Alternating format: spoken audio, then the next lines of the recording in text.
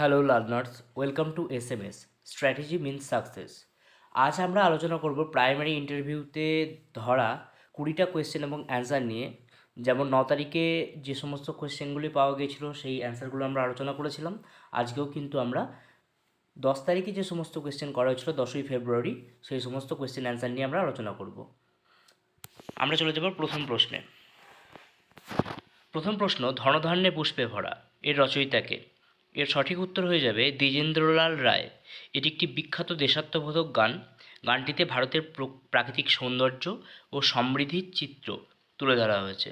স্কুলের প্রার্থনা এবং জাতীয় অনুষ্ঠানে প্রায়ই গাওয়া হয়। তাহলে এটা একটি দেশাত্মবোধক গান এবং গানটি লিখেছেন দ্বিজেন্দ্রলাল রায়। পরের প্রশ্ন, দক্ষিণ ভারতের গঙ্গা কাকে বলে? দক্ষিণ ভারতের গঙ্গা বলা হয় গোদাবরী নদীকে। এটি ভারতের দ্বিতীয় দীর্ঘতম নদী।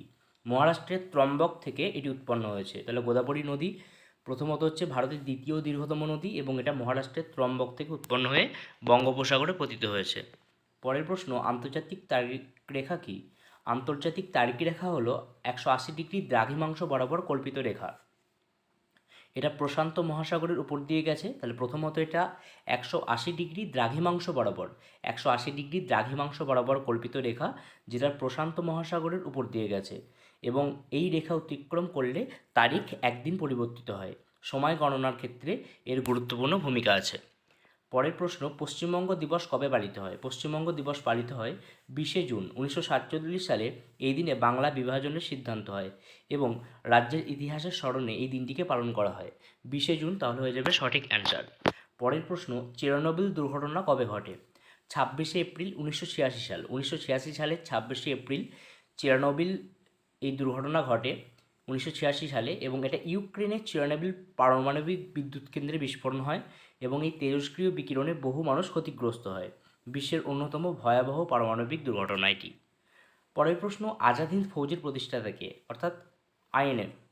আইএনএর প্রতিষ্ঠাতা হচ্ছে নেতাজি সুভাষচন্দ্র বসু। 1942 সালে তিনি এটি প্রতিষ্ঠা করেছিলেন এবং এর সঙ্গে একটি ট্যাগ কোশ্চেন 19 তারিখে এসেছিল যে দিল্লি চলো স্লোগানটি কে এবং কবে দেন?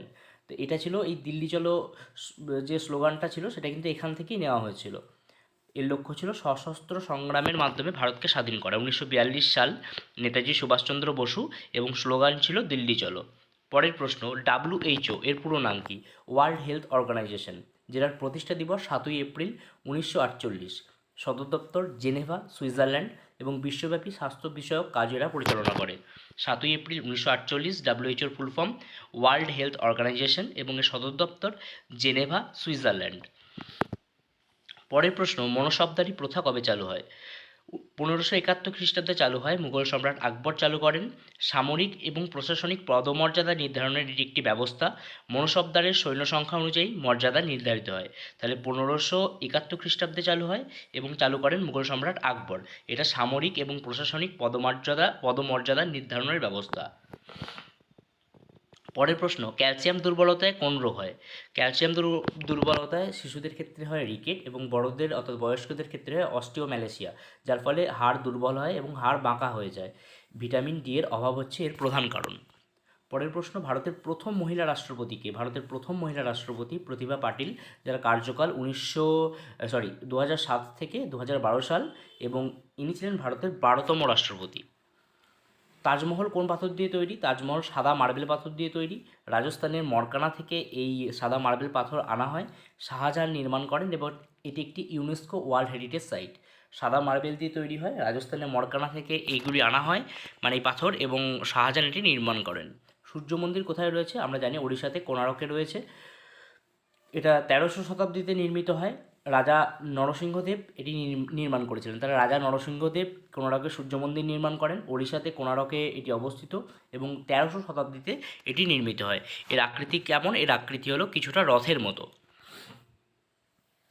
পৃথিবীতে মোট কতগুলি দেশ আছে? পৃথিবীতে মোট রয়েছে এখন 195টি দেশ, যার মধ্যে 193টি রয়েছে জাতিসংঘর সদস্য রাষ্ট্র, এবং দুটো পর্যবেক্ষক রাষ্ট্র রয়েছে, ভ্যাটিকান সিটি এবং প্যালেস্টাইন।